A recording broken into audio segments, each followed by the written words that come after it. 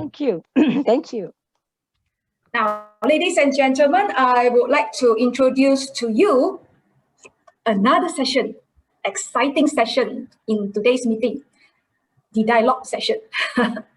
Right, our dialogue host is distinguished Toastmaster Vincent Hall. He is a charter member and also the third club president.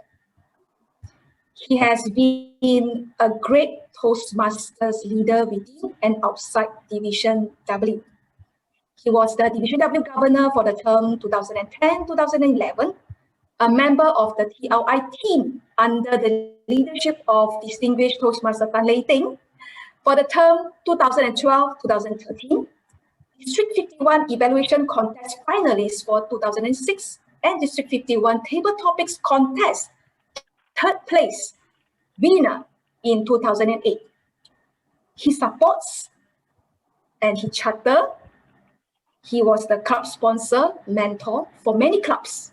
And he is fondly known as Papa Vincent Hall in University Malaya Toastmasters Club. Ladies and gentlemen, please join me to invite our charismatic leader, our dialogue host, distinguished Toastmaster Vincent Hall.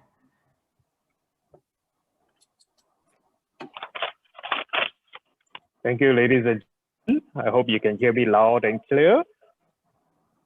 All right, thank you. Once again, to everybody who is in this hall, welcome. And now it is a very unique where it is specially designed for this event for today. My name is Vincent Hall, as introduced by the Toastmaster of the day and your genial host. Now, ladies and gentlemen, in this session, a very distinguished gentleman will join me, and it's our indeed privilege to be hosting this dialogue session with Toastmasters International President, distinguished Toastmaster Richard. Now, just a little house rules in this session in particular. Now, I will be posing certain questions to distinguished Toastmaster Richard, and a question added, vetted, and approved. And therefore, rest assured, no animals are harmed in the entire process of vetting the questions. So, ladies and gentlemen, dear, please accept our hospitality to bring to you our distinguished Toastmaster Richard, who will be joining me. And ladies and gentlemen, what you need to do is to enjoy the show. Just as myself and Richard will be conversing in this dialogue, and we will probably not even want to refer to the chat box because it could be some form of disturbance to the dialogue session. So ladies and gentlemen, put your hands together to welcome, to join me on stage, distinguished Toastmaster Richard E. Peck, Toastmasters International President. Hi, Richard. Hello, Vincent. How are you? Okay, great. All right. So now it's just gentleman talk over here per se. All right. Okay, right. Okay. Okay. President, or maybe I shall call you Richard. Okay. Please call me Richard. Yes, that's right. Okay, right. So I have some questions which we have been gathering for some of our members, and as well as the committee members who would like to know you rather in person. Okay. So this will be a very relaxed session because we want to get to know you better, and as well as we want to learn from you. Okay, and let's treat it like a mutual learning. So, ladies and gentlemen, and Richard, okay, first and foremost, I'd like to ask you this question. Gathered, perhaps as a role, your role as the Toastmaster International President, helming the organization of more than 357,000 members worldwide. Now, can you share with us what is your leadership style in managing this wonderful organization? Good question. What is my leadership style? Well, I think there is no one leadership style. We need to adapt to the situation. Being in the environment we're in right now, we have to be more of a democratic style leader because we need to make sure that everyone is buying into a decision. So it can't be just the authoritative, go forward, this is what I said, this is what we'll do. So situations dictate what they are. In the beginning, when we had to make tough decisions, you can't get bogged down in necessarily getting agreement from everybody and have to go forward. But once you get into that settled mode, then it becomes more of a democratic process. But I don't think there's any one leadership style that works well in everything. Even your district trio, I think, would agree that depending on the situation that they're in, depending on what they're dealing with, they have to adapt that style. So I think it's an adaptive leadership style is really what we all have, with a primary that we're comfortable with, and then those leadership styles that we need to stretch into.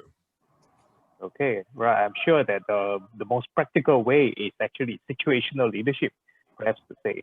So we will rise to the occasion based on the certain situation that we are facing, and therefore we apply that particular leadership style to manage the issues that we are facing. All right. So, Richard, question over here, again, Toastmasters International President. Now, actually, how many do you put in a week in performing this role as the International President? How many hours a week? I think that varies. If I hadn't been doing this world tour, which was my idea and got the blessings to do, probably a little bit less than I would be doing. I would say it's probably a good 2-3 hours a day going through items, responding to members, responding to board, planning the future and upcoming events. Being on the world tour, though, has kept me a little bit busier. So your meeting today is a couple hours. I have another meeting in Belarus in a few hours. So there's 4 or 5 hours just today in club meetings. So this has added to it. But here's the thing. As we've heard earlier, we learn best in times of enjoyment. And these visits are all about enjoyment. They're all about getting to know our members. So it's not like there's a lot of time. When we all think about it, if we're doing things we enjoy, by the time it's over, we go, wow, I didn't realize I was doing this for 3 or 4 hours because it was so much fun. And for me, that's the way I look at it. If I'm enjoying it, if I'm engaged, the time doesn't really matter. The impact does. So I would say on a normal day, 2-3 hours working on emails, correspondence, those type of things. But adding the world tour in and doing visits has increased it probably to 5-6 hours a day. Yeah. Okay. I totally agree with you. I think this is a new effort that you're putting in, putting into your schedule, this world tour that you already embarked on. Okay. So alongside your journey as a role as international president, what are the challenges that you may have faced thus in your role? The challenges, I think, began a long time ago with the journey, and any leadership journey. I think there's a realization at some point in time that we don't know everything and that we need to ask for help. And I think that's the hardest thing for leaders to do, is to ask for help. As you may have heard in a video I've done in the past, leaders have that fear because they think it shows a sign of weakness. We're a leader, we should have the answers to everything, we shouldn't need to ask for help. But asking for help is actually a sign of wisdom. And when you finally hit that realization, it becomes eye-opening for you. And for some people, it can be a little overwhelming to realize that. But then you start reaching out to people and getting mentored on different things. There's not just one mentor. I have multiple mentors.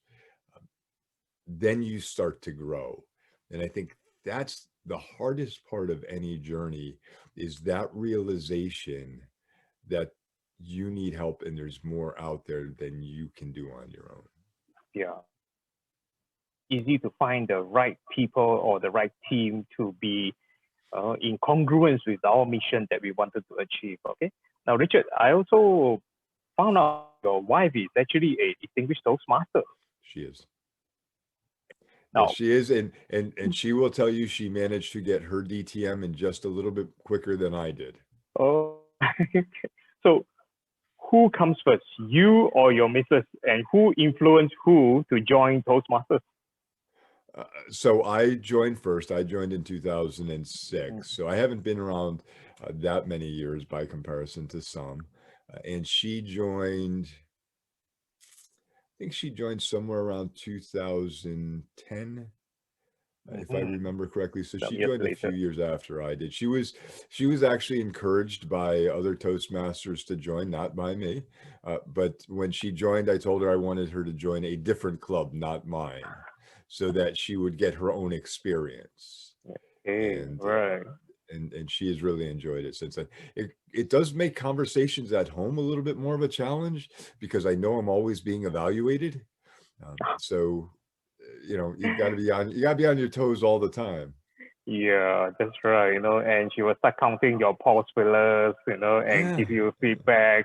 Okay, Yeah. and Yeah, you know, usually, you get that love note in the morning that goes, "What I heard you say at dinner last night was 4 ums, 2 ahs, and a so, but you need to work on that." okay, right. I hope that didn't become your dinner. Okay, I hope you enjoyed it. Yeah, really, that's good. Okay, right, Richard. Come back to the grounds where, you know, in line with your virtual tour, you like to go to the grounds, you know. Okay, so in a particular club meeting, what is your favorite role that you like to play? Oh, wow. I really like doing all of them. I like doing general evaluator because I think clubs get an outside perspective when they have a general evaluator that is not either from that club or that country or district. So I think bringing that outside perspective is there. I enjoy giving pathway speeches because as a leader of the organization, I need to lead by example. So I've been giving a lot of pathway speeches. I'm on my third path now. And that's a lot of fun. The challenging part about giving pathway speeches is clubs have a hard time getting someone to be an evaluator for my speech. And I don't know why. I'm just a member when you think about it, giving a speech, looking for an honest evaluation. But I really enjoy all the roles. I've done evaluations for speakers, done pathway speeches, did 4 pathway speeches this week, I think. General evaluator and table topics master. And I think table topics master is the challenging one to make sure that you meet the needs of the club and understand what their process is. Okay, have you ever received any impactful evaluation that actually probably made you think the entire evening? You know? Yeah. This week, as a matter of fact, I received a Really? couple. I was Okay. talking about the world tour and, you know, us getting through this together, facing these challenges, looking for the opportunities and getting through them. And the evaluator said had recommended adding personal stories about the visits and what has come out of them, which I have not done. And I thought that was a great evaluation. Yesterday morning, I had an early speech and the evaluator came back and said, "I thought your energy was a little bit low. Maybe you've been giving a lot of speeches lately, so you were drained a little bit." All very good evaluations, all very, very timely and pertinent. So, you know, getting those evaluations only can help me be a better speaker. Okay, all right. I think that's good because if, in my personal opinion, if we were to delve into evaluation slightly more than doing a speech, we know the end result or the expectation, and therefore we will be able to carve our speech along the objective to fulfill the objective. Okay, Yeah, right. exactly. Now, there's a little bit of a case study over here. I think perhaps it's happening in many places around the world. People would like to excel in communication. At the same time, people are very busy at your work. Now, how are we going to encourage a person or a member to take up a leadership role other than just excelling in communication skill? But how do we encourage a person to take up leadership role? Yeah, so that's an interesting question. I think we all face that because there are some people who want to be leaders or want to take on the role, and there's others that they're not 100% sure. And what I've found in talking to individuals who don't necessarily want to take on a leadership role is they don't think they can do it. They put a self-imposed barrier on themselves. This is I'm not a leader. I can't do it. And that goes back to the point of asking for help to do it. You know, and we need to encourage people. We need to remind people that they're not doing this on their own. Vincent, you've been in leadership roles before. I'm sure you would agree, you're more successful when you have people helping you as a team and you're bringing them along than when you're trying to do it all yourself. And being a leader means you have people who are going with you. You're not doing it alone. So reinforcing that idea that we are there to help them, that they're not doing it on their own, but also reminding them that by being a leader, they're helping to grow other leaders. They're providing a skill and providing knowledge to those future leaders that are out there. Okay, I think I totally agree with you, because it's never easy to balance this particular role, probably because it takes different steps still to be able to execute the leadership role well enough. Okay, right. Now, Richard, as you have traveled throughout the world, okay, virtually or physically, and now, of course, the COVID-19 pandemic in the US is quite alarming. Okay, how are the clubs there? How are they coping? So I think we're doing well. I think all the clubs worldwide are doing very well. What I've noticed is as I travel, there's as many smiles on people's faces as they are if they're in the same room. They're actively engaged as if they were in the same room. I was in Belgium the other day, in Brussels, and they were having a holiday celebration. They were all wearing Christmas hats and they were making toasts. And you know, I think as long as the members in the clubs treat this environment as if it was a traditional environment, then that's where it works the best. It's when we start thinking, I got to be on Zoom again, I've got to give another speech, and the energy starts to go down, then it starts to become detrimental to the clubs. I haven't seen that yet. And I know that, you know, all clubs are online nowadays, and we're actually seeing hybrid clubs now where countries are allowing people to get back together. And so they're doing that hybrid event. And I think that's good too, because that's helping to keep people connected. But I haven't seen that much of a change in attitude. Although I do know that living in a 1x2 box gets a little bit old at the end of the day, but everyone's doing well, I think. I think it's just the initial stage where you feel very awkward, talking over to a machine or interface. Okay, I think probably after a year now that people are getting used to it. Okay? I think the other thing is you're seeing your own image, right? Which you don't see your own image at a club and you're going, wow, do I really look like that as I'm standing up there? Are my facial expressions really like that? Correct. Now we get even closer examination of ourselves. Okay. Now, Richard, how long do you foresee that perhaps this situation is going to last? Say that again. That we are having a lot online meeting, and how long do you foresee this situation will last? Personally, I think the hybrid club solution is going to last for forever. I don't see this as going away. And as you know, the board recently made changes into what the definition of a hybrid club meeting is. Additionally, we've now allowed clubs to become 100% online clubs and be districted. So we realize that there's a benefit to all three types of clubs, whether they be on-site, on-prem, the hybrid approach, or the 100% online aspect.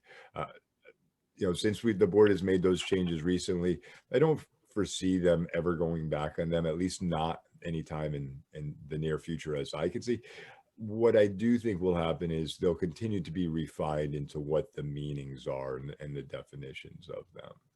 But when you think about it, a hybrid club really will allow clubs to grow in size and scope. And now you're bringing people in from other countries. You know, we heard today you have a member from New York who is on the call, who's a member of this club. That couldn't have happened without a hybrid environment, right? You'd been just looking for members local to where your club is. Yeah. Now the dynamic has changed. Now the reach has changed. And as I was saying earlier, the more we understand each other, the more culturally aware we become, the smaller we make the world in sense, you know, because now we understand each other. We know a little bit more about each other. So I think the hybrid approach, in my opinion, is really one of our strong approaches going forward. I think taking hybrid to a different definition rather than just a mixture within a class where you have physical meeting and you broadcast it online to your members who is online, perhaps taking it to a higher level. Hybrid means hybrid across boundary, hybrid across culture. And therefore, I think we Toastmasters, we should be able to connect to a greater boundary. Don't you agree? No, absolutely. I've been one of the biggest proponents of cultural awareness and dynamics, and I think this is where we get that. And when I was in the club in Namibia a couple of weeks ago, they actually had a cultural component of their meeting. So for individuals who were either guests or not from Namibia, they taught about the country. They took a little segment and spoke about the country. They spoke about their culture. They gave the guests the opportunity to learn a few words in Afrikaans. So that changes the scope of the world when we start doing that. You know, I've had the pleasure of being to Kuala Lumpur before and experiencing and loving the country, loving the culture. Interesting. But for others who may not, getting that little taste of Malaysia, I think, is really going to be beneficial for our organization. Yeah, I think it's very interesting indeed. And when we go down to the community, we can actually explore different culture. It enriches ourselves along the way. Okay, right, Richard. In our Toastmasters program, we have the Speechcraft, and Speechcraft is a program for the community. So perhaps other than Speechcraft, is there anything else in the Toastmasters program that clubs can use to help the community? Yeah, so Speechcraft is a number one item. You're right about that. But there's also the youth leadership program where we can help youths to develop skills and prepare them for the future. So you have the youth leadership program as well. Those are our two key items at this particular moment. The third item, which is, you know, one of those newer items, and clubs are still trying to figure out the dynamic, is the Rotary Alliance and how Toastmasters clubs can work with the Rotary clubs or local Rotary clubs to help them improve their communication and being able to promote their organization. So I think those are three of the key items right now. You know, the clubs, there are organizations out there besides ours that are always looking for speakers. You know, and if you can find a club where you can become a guest speaker and talk about the importance of communication and leadership skills, that becomes a plus. So I think there's plenty of outlets out there, but our three primaries right now are youth leadership, Speechcraft, and the Rotary Alliance. Okay, right. Now, talking about leadership, because the word leadership just struck me. Richard, personally, were you a speech contestant? Was I a speech contestant? Yes, yeah. I've been speech contestants in the past. My first speech contest, I think I entered about 6 months in. It was a tall tale speech contest. Oh, really? Interesting. And I made it to division level or to district level. And when I got to district level, big round of applause to Richard. Okay, right. So, what's your favorite contest? Yeah, so when I got to district level, one, I didn't expect to get there because I was new to Toastmasters and I had no plans on even considering a win. All I wanted to do was give my speech, not forget it, and not fall off the stage because it was the first time on an elevated stage. I didn't place, but I have great memories of the speech and great memories of the event.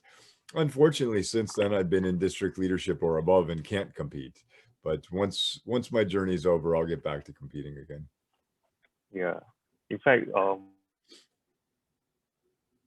perhaps 19, 18 years ago, there's something that crossed my mind that how come district leaders or anyone in the world, people who are in the leadership position, how come there is no speech contest for these people? What do you think? Yeah, and I think we've got that in there, and that rule came into effect long before I became involved. It's the the perception, if you will, of those leaders, and what if they didn't win? How would you vote that? Judge them, and there's that perception there that a bias could exist. So keeping those individuals out of that type of situation, I think, is really what it comes down to.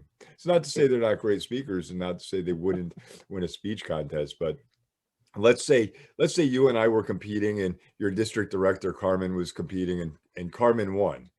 Well, you and I would go in the back room and go, yeah, she was the district director, that's why she won, and we, our speeches were probably better than hers. And really, is that the bias we want to set there? No, probably not. So we prevent that from happening by doing this. Richard, actually, this is a wonderful organization. Toastmasters has grown so much. And in our years as a Toastmasters in our club, we feel very privileged. In fact, out of more than 16,000 clubs in the world, Richard, we have this one question to ask you. How is MAICSA Toastmasters Club being singled out or being chosen in for one of your virtual tour? So I can't give you all the algorithms that go into it. That would be giving away the secret, the trade secret. I'd be letting you behind the curtain. But the credit actually goes to staff at World Headquarters. So we have a few dedicated individuals who are working on this project with me. Jessica Mobeck is one. Kelly Gao is another. Yeah. You've probably heard from either Kelly or Jessica when we started this tour. And they were the ones responsible for picking the clubs. My only direction to them was I want it to be just a smorgasbord of, if you will, of clubs, community clubs, corporate clubs. Those have been distinguished, those haven't been distinguished, big clubs, small clubs, regardless. And that it should be only one club per country. And that if we have the opportunity to circle back to a country for clubs that are looking for help, then we'll do that.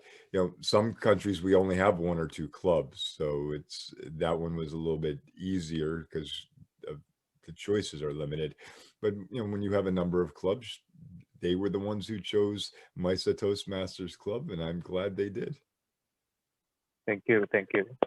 We really appreciate it, because that brings me to a very classic song, and it's nothing comes from nothing, nothing ever do. Perhaps something that I have done good in my childhood that turned out something to be good. Okay, right. So I believe that we hope that MAICSA Toastmasters Club has shown some example that we have put in to the younger generation or to the newer members who just joined our club, that this is the better platform, or if not one of the best platforms, to enhance our skill as a speaker, as a leader, and as well as,